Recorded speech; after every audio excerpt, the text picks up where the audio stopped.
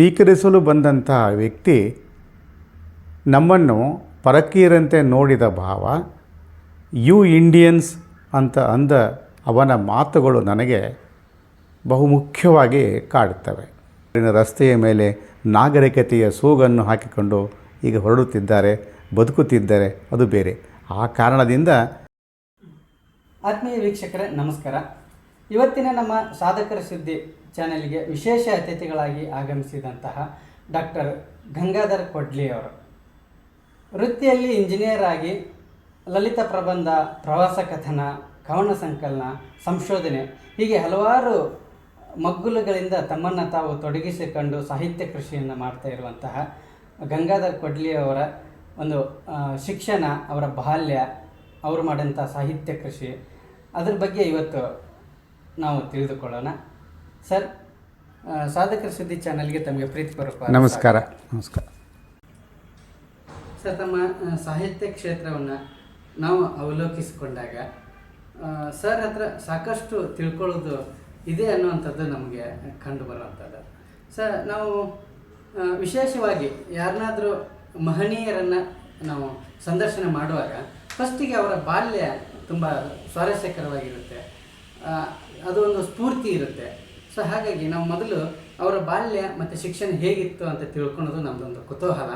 So ಹಾಗಾಗಿ ನಮ್ಮ ವೀಕ್ಷಕರಿಗೆ ತಮ್ಮ ಬಾಲ್ಯದ ನೆನಪುಗಳನ್ನು ಹಾಗೂ ಶಿಕ್ಷಣದ ಬಗ್ಗೆ ನಮ್ಮ ವೀಕ್ಷಕರಿಗೆ ತಿಳಿಸ್ಕೊಡಿ ಸರ್. ನನ್ನ ಬಾಲ್ಯ ಪ್ರಾರಂಭ ಆಗಿದ್ದು ಧಾರವಾಡ ಜಿಲ್ಲೆಯಲ್ಲಿ. ಅದು ರಾಣೆಬೆನ್ನೂರು ತಾಲೂಕಿನ ಮೆಡ್ಲೇರಿ ಎಂಬ ಒಂದು ಕುಗ್ರಾಮ.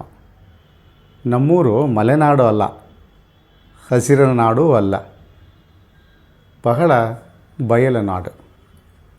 ಅಂಥ ಒಂದು ಪರಿಸರದಲ್ಲಿ ನನ್ನ ಬಾಲ್ಯದ ಜೀವನ ಸಾಗಿ ಬಂತು. ನಮ್ಮ ಊರಿನ ಹೆಸರು ಮೆಡ್ಲೇರಿ ಅಂತ ಒಂದು ಗ್ರಾಮ. ಅಲ್ಲಿ ಜನರ ಬದುಕು ಒಂದು ಕುರಿಯ ಪಶುಪಾಲನೆ ಧರ್ಮ, ಇನ್ನೊಂದು ವ್ಯವಸಾಯವನ್ನು ಅವಲಂಬಿತವಾದಂಥ ಜನಗಳ ಒಂದು ಸಮೂಹ. ಈ ಸಂದರ್ಭದಲ್ಲಿ ಬಹುವಾಗಿ ಕುರಿ ಸಾಕಾಣಿಕೆಯನ್ನೇ ನಂಬಿರ್ತಕ್ಕಂಥ, ಈಗಲೂ ಕೂಡ ಅದನ್ನೇ ಮುಖ್ಯ ಉದ್ದೇಶವಾಗಿ ಇಟ್ಟುಕೊಂಡಂಥ ನನ್ನ ಊರು ಮೆಡ್ಲೇರಿ ಅಂತ. ಆಗಿನ ಕಾಲದಲ್ಲಿ ಸಾಕ್ಷರತೆ ಬಹಳಷ್ಟು ಕಡಿಮೆ ಇತ್ತು. ಬಿಡಿ, ಅಂದಿನ ಊರು ಇಂದಿಲ್ಲ. ಬೃಹತ್ತರವಾದ ಬದಲಾವಣೆಗಳು ನಾವು ನಮ್ಮೂರಲ್ಲಿ ಕಾಣ್ಬೋದು. ಆದರೆ ಆ ಊರಿನ ಒಳಗೆ ಆ ಹಳೆಯ ಬೇರುಗಳಲ್ಲಿ ಇನ್ನೂ ಅದೇ ಚಿಂತನೆಗಳು ಇವೆ ಎಂಬುದನ್ನು ನಾವು ಹೇಳ್ಬೋದು. ನಾನು ಪ್ರಾಥಮಿಕ ಶಾಲೆಯನ್ನು ಮುಗಿಸಿದ್ದು ಮೆಡ್ಲೇರಿ ಗ್ರಾಮದಲ್ಲಿ ಅಂತ. 7ನೇ ತರಗತಿವರೆಗೆ ನಾನು ನಮ್ಮೂರಿನಲ್ಲಿ ಓದಿದ ನಂತರ, ಆಗ 7ನೇ ತರಗತಿ ಒಂದು ಪಬ್ಲಿಕ್ ಪರೀಕ್ಷೆಯಾಗಿತ್ತು. ಅದು ಜಿಲ್ಲಾ ಮಟ್ಟದಲ್ಲಿ ಅದರ ಆಯೋಜನೆಯನ್ನು ಮಾಡ್ತಾಯಿದ್ರು. ನನ್ನೂರಿನ ಕೇಂದ್ರಕ್ಕೆ 7ನೇ ತರಗತಿಯಲ್ಲಿ ನಾನು ಪ್ರಥಮನಾಗಿ ತೇರ್ಗಡೆಯಾದ ಮೇಲೆ ನನಗೊಂದು ಅವಕಾಶ ಸಿಕ್ತು ಜಿಲ್ಲಾ ಮಟ್ಟದ ಆ ಪರೀಕ್ಷೆಯಲ್ಲಿ ಭಾಗವಹಿಸಲು. ಆಗ ಧಾರವಾಡ ಜಿಲ್ಲೆಯಲ್ಲಿ ನಡೆದ ಮತ್ತೊಂದು ವಿಶೇಷ ಪರೀಕ್ಷೆಯಲ್ಲಿ ನಾನು ಪ್ರಥಮ ಸ್ಥಾನವನ್ನು ಗಳಿಸಿದೆ. ಅದರ ಒಂದು ಭಾಗವೇ ಒಂದು ಕಂಡೀಷನ್ ಆಗಿತ್ತು. ಹೀಗೆ ಮೆರಿಟ್ ಸ್ಕಾಲರ್ಶಿಪ್ ಪರೀಕ್ಷೆಯಲ್ಲಿ ಪಾಸಾದಂಥವರು ಇಂತಿಂಥ ಶಾಲೆಗಳಿಗೆ ಹೋಗಿ ಅಲ್ಲಿ ಪ್ರವೇಶ ಮಾಡಿದರೆ ನಮಗೆ ಆ ಕೊಡತಕ್ಕಂಥ ಸ್ಕಾಲರ್ಶಿಪ್ ಅಮೌಂಟ್ಗಳು ಸರ್ಕಾರದಿಂದ ಬರುವುದಾಗಿತ್ತು. ಕಾರಣ ನನ್ನ 8ರಿಂದ 10ನೇ ತರಗತಿ ಅಂದರೆ 3 ವರ್ಷಗಳ ಕಾಲ ಹಿರೇಕೆರೂರು ತಾಲೂಕಿನ Shri Kumareshwara higher school secondary ಸ್ಕೂಲ್ನಲ್ಲಿ ನನ್ನ 8, 9 ಮತ್ತು 10 3 ವರ್ಷಗಳ ವಿದ್ಯಾಭ್ಯಾಸವನ್ನು ನಾನು ಮಾಡಿದೆ. ನಂತರ ನನ್ನ ಬದುಕು PUC, ಈಗ ನಾವು PU ಅಂತೇನು ಕರಿತೀವಲ್ಲ, ಅದನ್ನು ನಾನು ಪ್ರಾರಂಭ ಮಾಡಿದ್ದು ಧಾರವಾಡದ ಕರ್ನಾಟಕ ಕಾಲೇಜಿನಲ್ಲಿ. ಆಗ ನಾನು ಸೈನ್ಸ್ ವಿದ್ಯಾರ್ಥಿಯಾಗಿ ಅಲ್ಲಿ ಸೇರಿಕೊಂಡೆ. ಆಗ ಸೈನ್ಸ್ ತೆಗೆದುಕೊಳ್ಳುವಂಥ ವಿದ್ಯಾರ್ಥಿಗಳಲ್ಲಿ ಒಂದು ಮನೋಭಾವ ಇತ್ತು. ನಾವು ಸೈನ್ಸ್ ತಗೊಂಡಿದ್ದೇ ಆದರೆ ನಾವು ಇಂತಿಂಥ ಆಯ್ಕೆಗಳನ್ನು ಮಾಡಿ ಎಲ್ಲರಿಗಿಂತ ಉತ್ಕೃಷ್ಟವಾಗಿ ಬದುಕನ್ನು ನಿರ್ಮಿಸಿಕೊಳ್ಬೇಕಂತ ಒಂದು ಆ ಚೌಕಟ್ಟಿನ ವಾತಾವರಣ ಇದ್ದ ಸಂಬಂಧ ನಾನೂ ಕೂಡ ಅದಕ್ಕೆ ಒಳಪಟ್ಟೆ. ನನ್ನ ಒಳಗೆ ಇದ್ದಿದ್ದು ನಾನು ಕಲಾ ಆರ್ಟ್ಸ್ ಏನಂತೀವಲ್ಲ ನಾವು, ಆ ವಿಭಾಗವನ್ನು ತೆಗೆದುಕೊಂಡ ಮನಸ್ಸಲ್ಲಿ ಇತ್ತು. ಆದರೆ ತೆಗೆದುಕೊಂಡಿದ್ದು ವಿಜ್ಞಾನ. ಆ ವಿಜ್ಞಾನಲ್ಲಿ 2 ವರ್ಷಗಳ ಕಾಲ ಕರ್ನಾಟಕ ಕಾಲೇಜಿನಲ್ಲಿ ಓದಿದ ನಂತರ ನನಗೆ ಮತ್ತೆ ಹೆಚ್ಚಿನ ಮಾರ್ಕ್ಸ್ಗಳು ಪ್ರಾಪ್ತವಾದ ಕಾರಣ ನನ್ನ ಮುಂದಿನ ಏನು ಪ್ರೊಫೆಷನಲ್ ಕೋರ್ಸ್ಗೆ ಹೋಗುವಂಥ ಒಂದು ಅವಕಾಶ ನನಗೆ ಕಾದಿತ್ತು. ನನಗೆ ಮೊದಲ ಆದ್ಯತೆ ಬಂದಿದ್ದು ಎಂಜಿನಿಯರಿಂಗ್ ಕ್ಷೇತ್ರದಲ್ಲಿ. ಆವಾಗ ನಾವು ಓದೋ ಸಮಯದಲ್ಲಿ ಕೇವಲ 13 ಎಂಜಿನಿಯರಿಂಗ್ ಕಾಲೇಜುಗಳು ಮಾತ್ರ ಕರ್ನಾಟಕದಲ್ಲಿತ್ತು. ನನಗೆ ಆ ಸಂದರ್ಭದಲ್ಲಿ ಪ್ರವೇಶ ದೊರಕಿದ್ದು ದಾವಣಗೆರೆ ಸರ್ಕಾರಿ BDT ಎಂಜಿನಿಯರಿಂಗ್ ಕಾಲೇಜಿನಲ್ಲಿ ನಾನು ಜಾಯ್ನ್ ಆದೆ. ನಂತರ ನಾನು BE ಪದವಿಯನ್ನು ಸಿವಿಲ್ ಇಂಜಿನಿಯರಿಂಗಲ್ಲಿ ನಾನು ಪಾಸ್ ಮಾಡಿದೆ. ಸರ್, ತಾವು ಅಪ್ಪಟ ಹಳ್ಳಿಯಿಂದ ಬಂದಂಥ ಪ್ರತಿಭೆ ಅಂತಲೇ ತಿಳ್ಕೊಬೋದು. ಸರ್, ತಾವು ಇಂಜಿನಿಯರ್ ಆಗಿದ್ದು, ವೃತ್ತಿಯಲ್ಲಿ ಅಭಿಯಂತರರಾಗಿದ್ದರೂ ಸಹ ತಾವು ಲಲಿತ ಪ್ರಬಂಧ ಬರೆದಿದ್ದೀರಿ, ಪ್ರವಾಸ ಕಥನ, ಸಂಶೋಧನೆ, ದಾಸ ಸಾಹಿತ್ಯ, ಹೀಗೆ ಹಲವಾರು ಮುಖದ ಬರವಣಿಗೆ ತಮ್ಮದಾಗಿದೆ. ತಾವು ಇಂಜಿನಿಯರ್ ಆಗಿದ್ದರೂ ಕೂಡ ಈ ಸಾಹಿತ್ಯ ಲೋಕಕ್ಕೆ ಬರೋದಕ್ಕೆ ಏನು ಪ್ರೇರಣೆ ಏನು ಸರ್? ನಾನು ಎಂಜಿನಿಯರಿಂಗ್ ಪದವಿಯನ್ನು ಪಡೆದ ನಂತರ ಲೋಕೋಪಯೋಗಿ ಇಲಾಖೆಯಲ್ಲಿ ಇಂಜಿನಿಯರ್ ಆಗಿ ನಾನು ಸೆಲೆಕ್ಟ್ ಆಗ್ತೇನೆ. ನಂತರ ನನ್ನ ವೃತ್ತಿ ಜೀವನ ಸಿವಿಲ್ ಇಂಜಿನಿಯರ್ ನನ್ನ ಲೋಕೋಪಯೋಗಿ ಇಲಾಖೆಯಿಂದ ಪ್ರಾರಂಭ ಆಗ್ತದೆ. ಅದರಂತೆ ನನಗೆ ಹಲವಾರು ಅವಕಾಶಗಳು ಡ್ಯಾಮ್ ಕನ್ಸ್ಟ್ರಕ್ಷನಿಂದ ಹಿಡಿದು, ಕೆನಲ್ ನಿರ್ಮಾಣದಿಂದ ಹಿಡಿದು, ರಸ್ತೆ ನಿರ್ಮಾಣದಿಂದ ಹಿಡಿದು, ಕಟ್ಟಡಗಳಿಂದ ಹಿಡಿದು ಹಲವಾರು ಅವಕಾಶಗಳು ನನಗೆ ಒದಗಿ ಬಂದವು. ಅದನ್ನು ನಾನು ನಿರ್ವಹಿಸಿದೆ ಸಮರ್ಥವಾಗಿ. ಈಗ ಸಾಹಿತ್ಯ ಯಾಕೆ ಬಂತು ಅನ್ನೋಕ್ಕೆ ಕಾರಣ, ಇಲ್ಲಿ ನಾನು ಮನದಾಳದ ಮಾತನ್ನು ಹೇಳಲೇಬೇಕಾಗುತ್ತದೆ. ನನ್ನ ತಾಯಿ ಪ್ರಾಥಮಿಕ ಶಾಲಾ ಶಿಕ್ಷಕಿ, ನನ್ನ ತಂದೆಯೂ ಕೂಡ ಪ್ರಾಥಮಿಕ ಶಾಲಾ ಶಿಕ್ಷಕರು. ನಮ್ಮ ತಾಯಿಗೆ ಈ ಸಾಹಿತ್ಯದಲ್ಲಿ ಹೆಚ್ಚು ಒಲವಿತ್ತು. ನಾನು ಅವರು ಬರೆದಿಟ್ಟ ಆ ನೋಟ್ಬುಕ್ಕದಲ್ಲಿ ಸುಮಾರು ಕವಿತೆಗಳನ್ನು ಅವರು ಬರೆದಿಡ್ತಾಯಿದ್ರು. ಅಂದಿನ ಕಾಲದ ಏನು ಸುತ್ತಮುತ್ತಲ ವಾತಾವರಣಕ್ಕೆ ಸ್ಪಂದಿಸಿದಂಥ ಕವನಗಳ ಸಾಲುಗಳನ್ನು ಓದಿದ್ದೆ.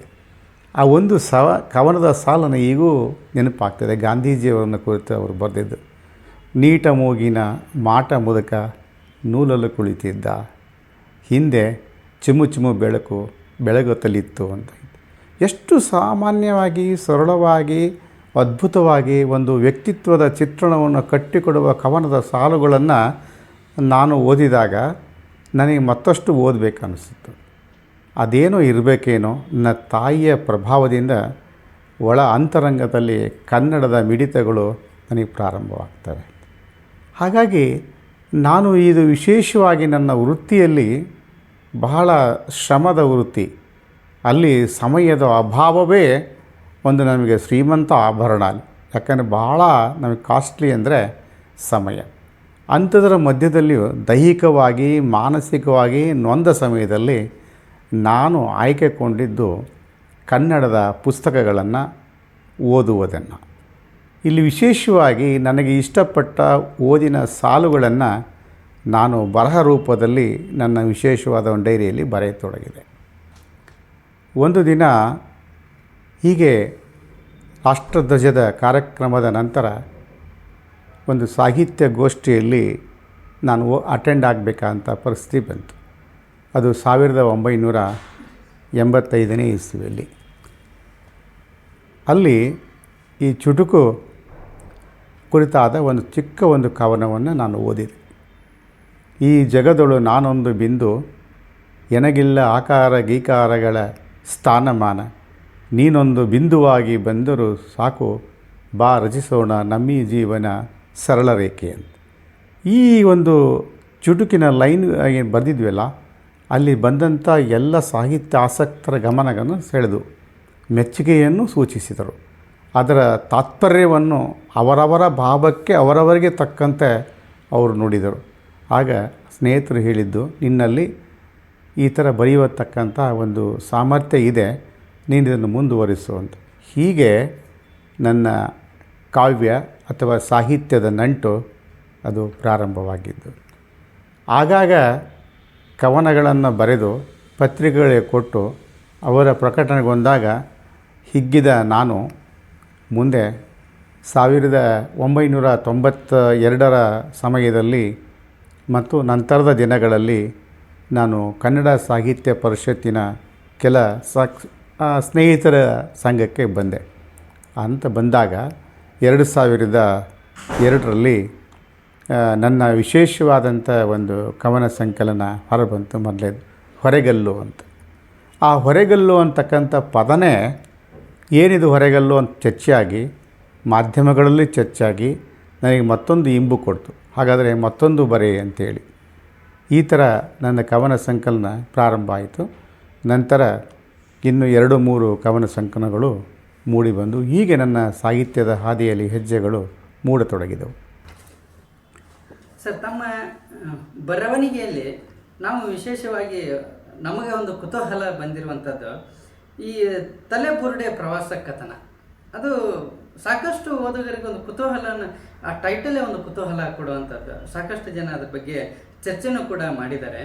ಸೊ ಅದರಲ್ಲಿ ಬರುವಂತಹ ಒಂದು ನಾಗಾಲ್ಯಾಂಡದ್ದು ಒಂದು ವಿಶೇಷವಾದಂಥ ಅದೇ ಒಂದು ಸ್ವಾರಸ್ಯ ಇರುವಂಥದ್ದು. ಸೊ ಅದ್ರ ಬಗ್ಗೆ ನಮ್ಮ ವೀಕ್ಷಕರಿಗೆ ತಿಳಿಸ್ಕೊಡಿ ಸರ್. ಏನಿದು ತಲೆಬುರುಡೆ ಪ್ರವಾಸ ಕಥನ ಅಂದರೆ ಏನು? ನಾನು ಹೀಗೇ ನಾಗಾಲ್ಯಾಂಡ್ ಪ್ರವಾಸವನ್ನು ಕೈಗೊಳ್ತಕ್ಕಂಥದ್ದು, ಆಗಾಗ್ಗೆ ನಾಗಾಲ್ಯಾಂಡ್ ರಾಜ್ಯಕ್ಕೆ ಹೋಗಿ ಬರುವಂಥದ್ದು ಕೂಡ ನನಗೆ ಒದಗಿ ಬಂತು. ಈ ಸಂದರ್ಭದಲ್ಲಿ ನಾನು 2007ರಿಂದ 2009ರವರೆಗೆ 2 ವರ್ಷಗಳ ಕಾಲ ಒಂದು ನಿಯತ ಅಂತರದಲ್ಲಿ ನಾನು ನಾಗಾಲ್ಯಾಂಡ್ ರಾಜ್ಯಕ್ಕೆ ಹೋಗಿ ಬರುವುದು ವಾಡಿಕೆಯಾಗಿತ್ತು. ಇಂಥ ಸಂದರ್ಭದಲ್ಲಿ ನಾಗಾಲ್ಯಾಂಡ್ಗೆ ನಾನು ಬಂದಿಳಿದಾಗ ನಾನು ಆ ರಾಜ್ಯದ ಅತಿಥಿಗಳಲ್ಲಿ ಒಬ್ಬನಾಗಿದ್ದೆ. ಅಲ್ಲಿ ನಮ್ಮನ್ನು ಸ್ವೀಕರಿಸಲು ಬಂದಂಥ ವ್ಯಕ್ತಿ ನಮ್ಮನ್ನು ಪರಕೀಯರಂತೆ ನೋಡಿದ ಭಾವ, ಯು ಇಂಡಿಯನ್ಸ್ ಅಂತ ಅಂದ ಅವನ ಮಾತುಗಳು ನನಗೆ ಬಹುಮುಖ್ಯವಾಗಿ ಕಾಡುತ್ತವೆ. ನಾಗಾಲ್ಯಾಂಡ್ ನಮ್ಮ ದೇಶದ ಒಂದು ರಾಜ್ಯವಲ್ಲವೇ ಎಂಬ ಪ್ರಶ್ನೆಗಳು ಮೂಡತೊಡಗಿದವು.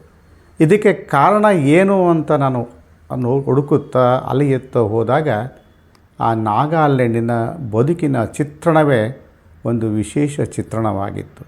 ಅದು ಭಾರತದೊಡನೆ ಸೇರಿಯೂ ಕೂಡ ಭಾರತದ ಇತರೆ ರಾಜ್ಯಗಳಲ್ಲಿ ಇಲ್ಲದಂಥ ಆಚಾರ, ಸಂಪ್ರದಾಯ, ನಂಬಿಕೆ, ಸಂಸ್ಕೃತಿ ಎಲ್ಲವೂ ಅಲ್ಲಿ ಮಡುಗಟ್ಟಿ ನಿಂತಿದ್ದವು.